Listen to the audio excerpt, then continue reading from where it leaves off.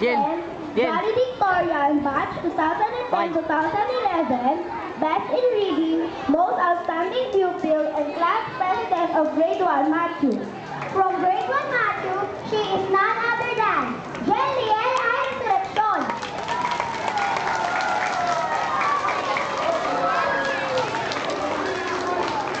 Hello everybody, hello teachers, I am Jeliel Iris Selection.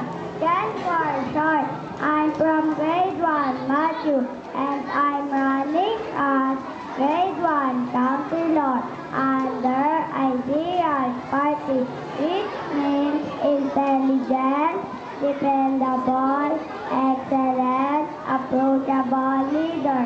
Please vote for me. Thank you very much. What a good speech, Jeff.